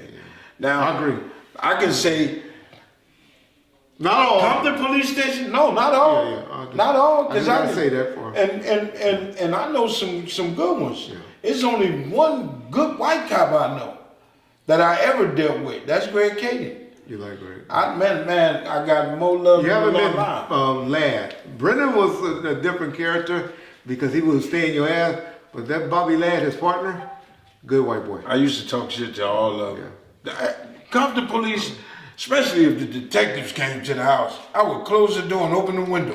Get the fuck out my Y'all house. remember a few episodes ago I told y'all how he used to, no, I didn't, I should. Yeah. I told y'all why James used to get his ass. Yeah. And I told y'all he deserved it, and all y'all was like, oh, what you saying, a black man deserved his ass? No, black man, I can talk shit, but I mean, I can say what I want to say. Yeah, I gotta learn that, and cops gotta learn that these days. That's why they get That's why they getting indicted like they Exactly, did. but they gotta learn. But we didn't have the phones and the cameras and all that shit back then. So just imagine how many ass whoopings I done took. Ooh, yeah. Not just Compton. Little sheriffs used to fuck us, catch them at 12 o'clock. The Vikings. We That was get the beat Vikings up. crew, y'all. They would beat us up. They would take our shit. They wouldn't take you to jail for your drugs. Just leave it. They will take your shit and whoop your ass and get home. Yeah. That was that Vikings crew. If y'all look up, research the Vikings. They wasn't no motherfucking joke. So They- hanging at Aikens at a certain time of night, it wasn't happening. dangerous. We gonna have to stay Pine, Stockton, some shit like that. Deal with Compton. Well, the sheriffs came on Panes and shit like that, but And what happens with the sheriffs, because they so big, you could see as a city cop you couldn't have a reputation like that. Because you every day you were dealing with Reggie Jr. or this one and all that, and that's the only area we had to work. Well, they'll go and they'll get a rep in the area, and then the motherfuckers will transfer to another division or another part of the area. And then now they gone. Or their supervisor will be like, all right, you ain't gonna get fired, but you gotta get the fuck out of our area. man, And then they'll reassign them to another part of the city of Compton. Graves and Jackson, sheriffs. I'm sitting here telling them because they confiscated all our shit. They got 2 photo albums I had, and they just got it on display. That SOS, the gang task force, man, them motherfuckers. Graves wanted me to do this when they was coming out with cops. And I was like, no. He rode around in cops. And we tried it. So my dumb ass gonna get all the homies, get your pistols, nigga, we finna do this. And me, Manny, Lil Rat, everybody, we got our pistols at Aiken. And that motherfucker said, this is cops. So I'm looking like, everybody finna go to jail because of my dumb ass. So put the guns away, everybody kicking it, hanging out. And we talking to the people. So I don't know if the producers or whatever liked it. Me, he wanted me to do an interview. Okay. And I'm in the back of that SOS unit that with all our hats, my MOB hats, my Paru hats, and I'm telling them, y'all need to let me get my shit back. And I said something, Graves didn't like it. That motherfucker went and slapped the shit out of me. In front of the cameras on cops? And no, the cameras went on. He wanted me to do the interview. Okay. And the people were in there. When I said no, and he didn't like what I said, that son of a bitch slapped me. And you know, Graves is a big old white boy. Big country fed. It's nothing you can do. Shout out Mike Coed too, you're a good white boy. And I felt like I had to do something to this motherfucker. But nigga, you can't do nothing to this motherfucker. And I sat there, and I'm so angry that he did that, but I can't do shit. And I know a lot of niggas felt this shit before. And just look at him like you want to kill him, but you can't do shit. It's unfortunate. But I've seen that happen. I got a lot of too many motherfucking times. stories, but I don't talk about those. But Yeah. And so, unfortunately, police seen that. I get it now. Well, why people say fuck the police sometimes. do you? I get it. I still believe in complying, but I get it. Reggie, Still telling y'all to comply. you just had a man that died, and they still said say comply. We ain't gonna go into that. Okay, thank you. Don't start that shit, because this motherfucker be pissing I me still off. believe in complying. I feel you. I feel you. You live another day. Let's say under the circumstances, when the police pull you over and ask you for your license and this and that, comply. Yeah. You ain't got to do all the extra. You know you ain't dirty, get the fuck on. But I've seen it happen. Yeah. And then what happens after that? Sir, can you step out the car? Motherfucker, you got my driver's license, you just gave me a ticket. Yeah. Now you want to ask me, do I got any drugs, what can I search? No. But then they keep you there and say, I'm going to bring a canine to walk. Yeah. That's wrong. I agree. Okay, thank you. I agree. Thank you. Next. Okay, death penalty. What do you guys think? Reggie, I know you said many times that everybody's date is written, and you can obviously you can play into that by making one decision over another. But overall, what is your stance on death penalty? I'll let James answer first. I'll be contradicting myself. I'll be a motherfucking hypocrite if I say I'm with the death penalty, because the majority of us that walk this life should be dead. Because, and I understand, you take a life, you should be ready to give a life. I understand all that. But I'm not going to say that I agree with the death penalty, only because I lived that life to get the death penalty. So I ain't going to say yeah, nay on that. If you eat 33 people, yeah, you should die. Jeffrey Dahmer's or whoever, if you out there killing, death is death, man. So, like I said, I don't agree with it. Yeah. I don't agree with it. The religious part of me want to go against the death penalty, but the person seeing families and I know y'all say the stats don't support the deterrence part, because I would think it would deter, because you say, well, that don't deter shit, that don't work. Well, yeah, ask those people over there walking around with one arm in no countries that chop your shit off when you steal.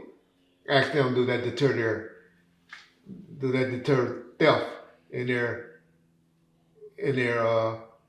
their country by a great percentage? Or go get some slashes and see if that don't work, and see how their crime rate is in their country. But I'm for the death penalty because I understand the victims. I got two friends. One of my good friends, his sister was killed in Compton by Potato Head Paul from Santana Park Prep when they did some shooting, did a shooting over in Atlantic Drive. At the park, at Kelly Park. It actually happened at the park. And he can't wait for the day where he can go and witness Potato Head Paul get the death penalty. The anniversary of a guy that was in my best friend as a cop, Kevin Burrell. He got killed on the February the 22nd. That anniversary is just passed. And him and James McDonald. And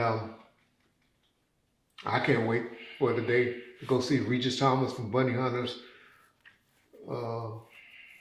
Why you can't wait? That was my friend.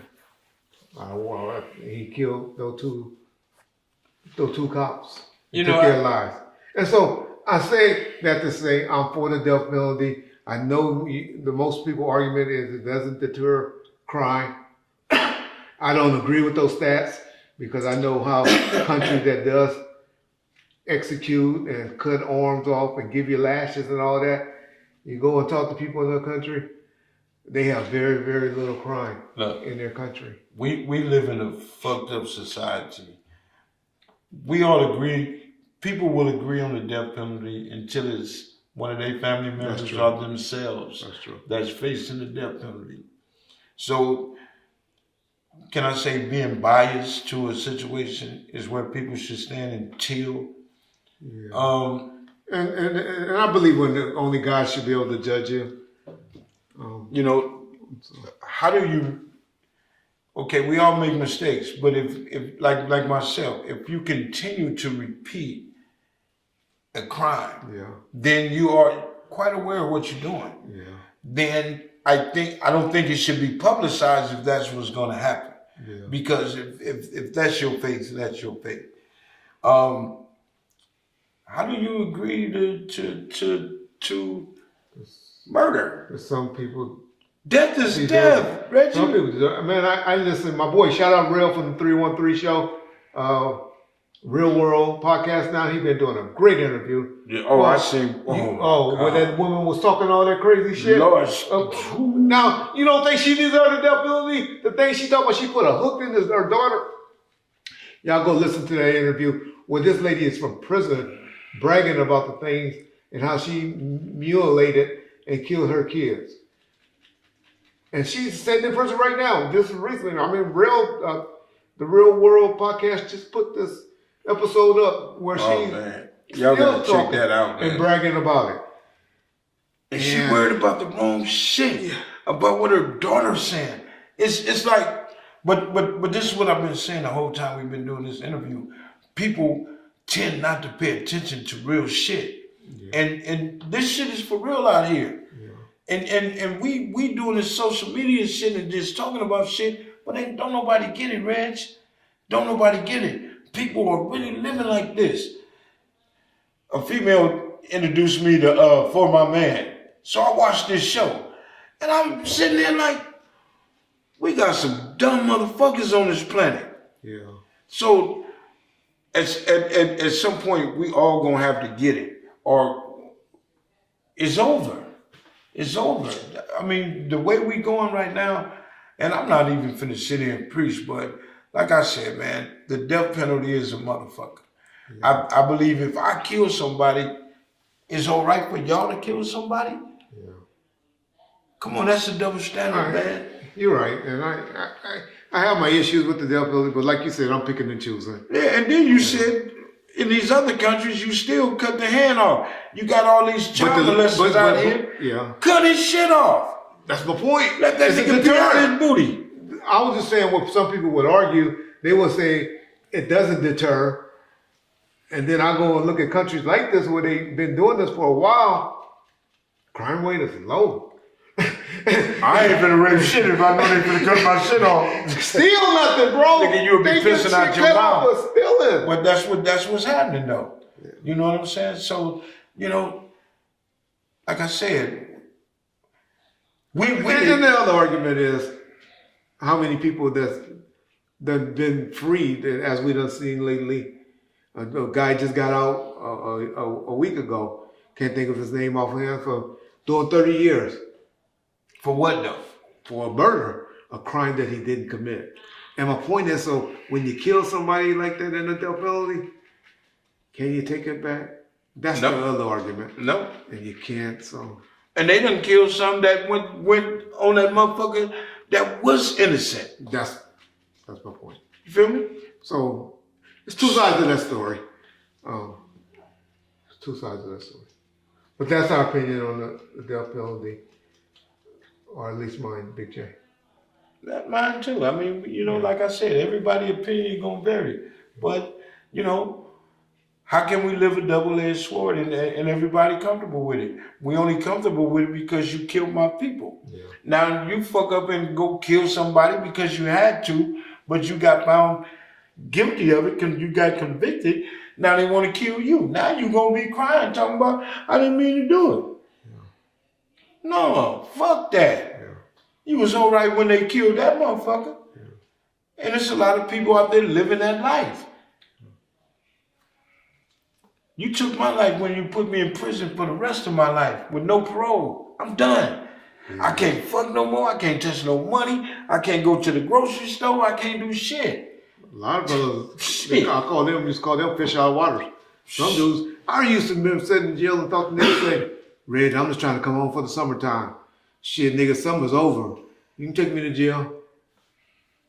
Some niggas wanted to, when it's cold, they be like, man, you take me to jail, long they don't get us a year, I'll be out by summer. But you never thought motherfuckers just go in there, that's their rehab.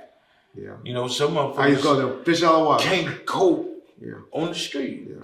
You know what I'm saying? It's the odds are against us. Yeah. I can't get a job, I can't this, I can't that. 9 times out of 10, I'm finna fuck with a crazy ass woman, and that's gonna send me back. So let me go and get rest. I used to didn't understand it. I remember one time asking Suge, I was like, man, how that nigga come home sprung out on cocaine and all that? He said, Red. He said, man, they still was getting cocaine while they was in jail. They just couldn't get it as frequent, and now they getting it as frequent. But those niggas been hooked on it, still was hooked on it, even when they was in prison. Yeah, they understand. Yeah. All right. Okay, James. I noticed in a lot of the comments in some of our recent videos regarding the Eazy-E situation that people were saying that at the meeting when Eazy signed off the rights for Dre and DOC. Some talked about how on Vlad you previously said that it was Jerry Heller, and it wasn't Easy.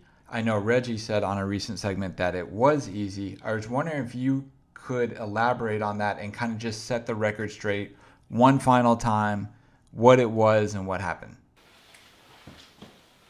The day that we went to Eazy-E and Jerry Heller's office, we went there solely to talk to Jerry Heller or Eazy about Michelet and Dre's contract.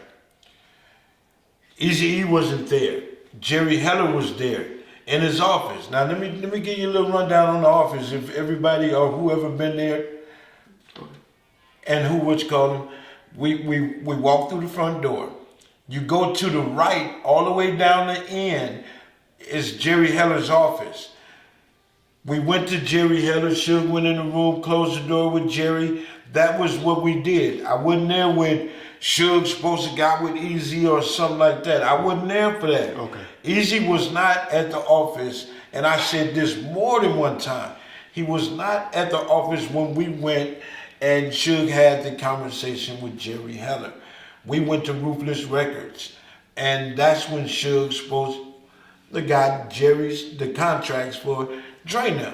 And we only went I only went that one time when it was necessary.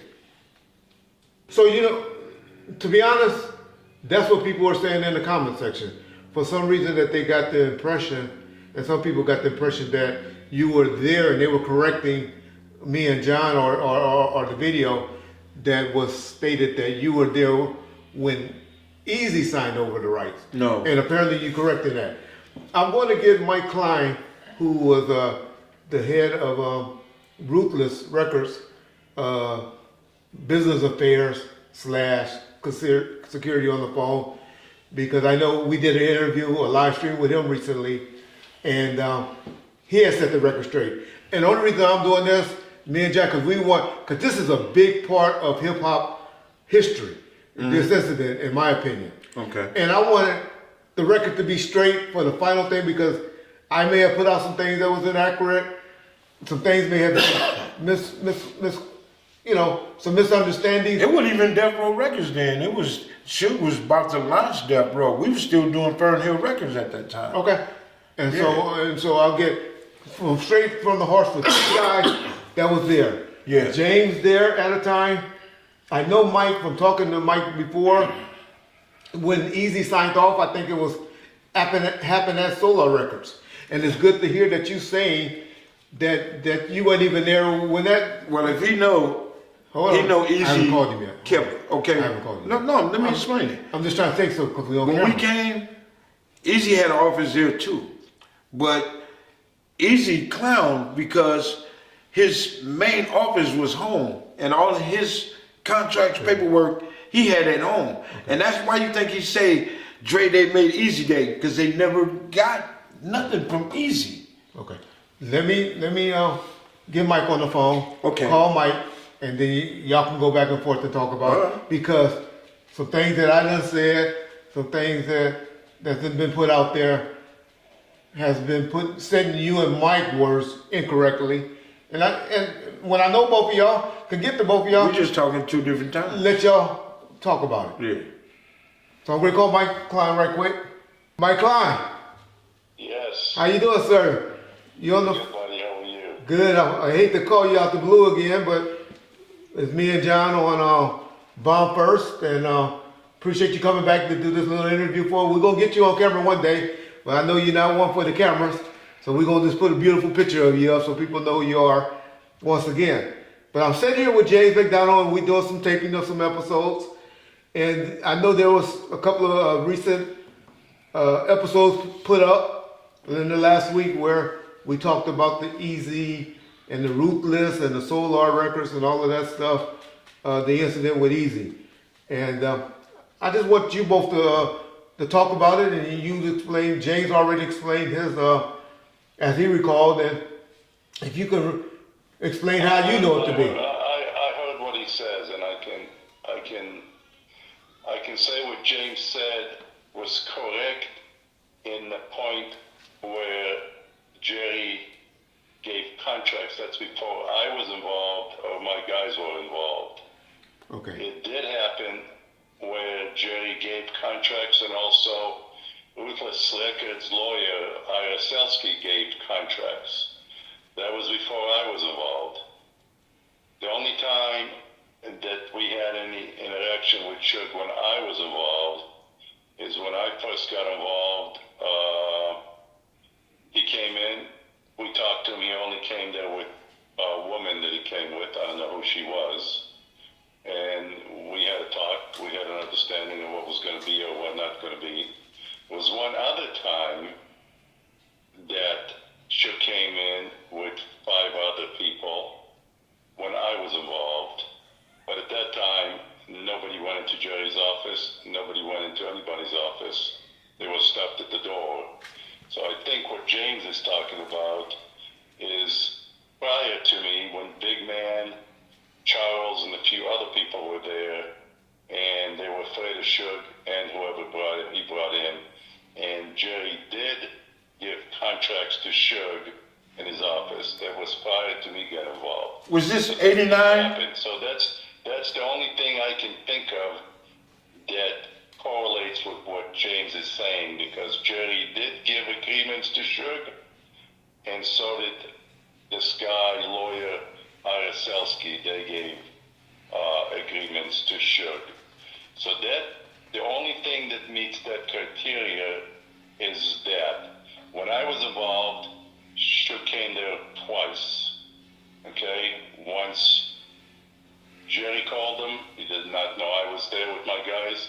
He came in, we had a ward, and then another time he came in with 5 guys, but he didn't make it into Jerry's office. He made it to the front, and that was as far as that goes.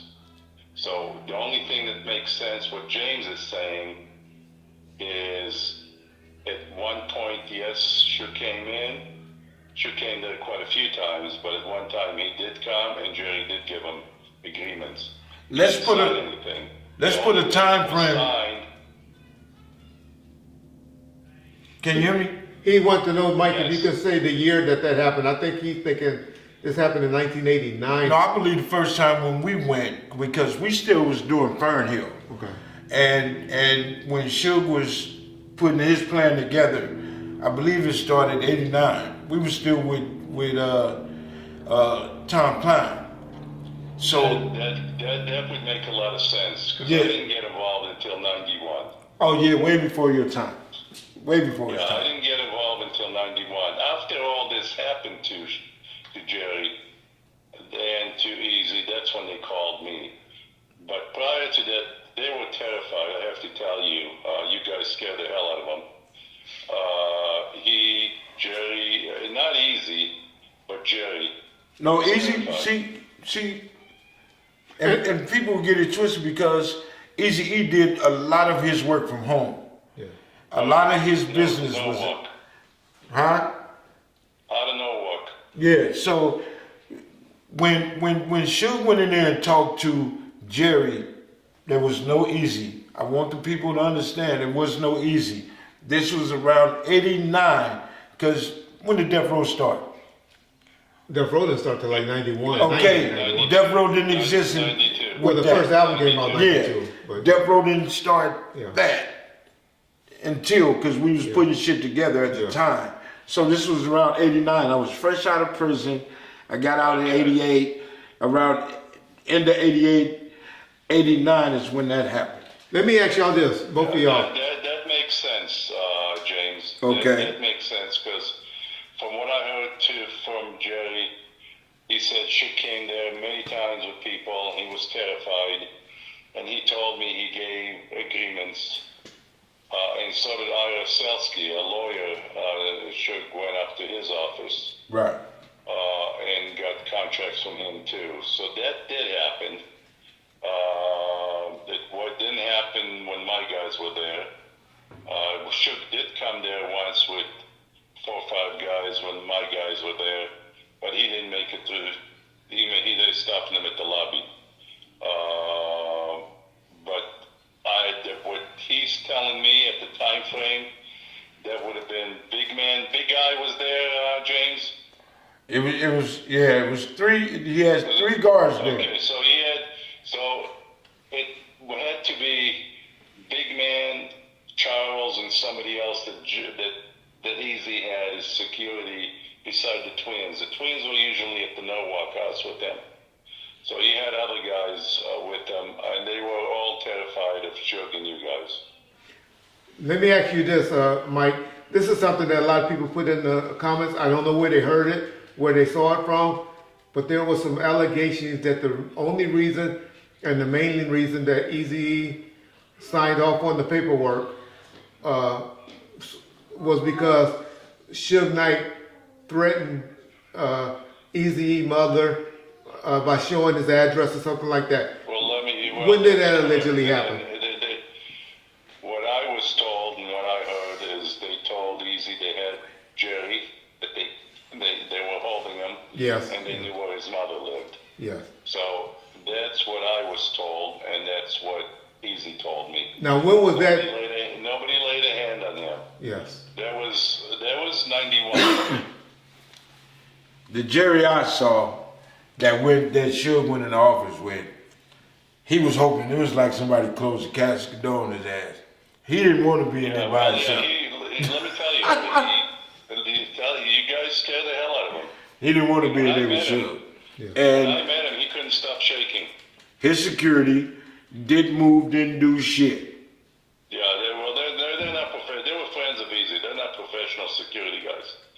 There was Big Man, Charles, and another guy that he had. Then he had the Twins. Well, I'm glad y'all wasn't there. Those guys, they took him shooting. They couldn't hit the target. Did you hear what Jay said, Mike? What? He said he glad you guys wasn't there. He just said he glad you guys wasn't there. Because all I had was a little bitty ass 25. When my guys were there, and this has been a long time. I know karate though.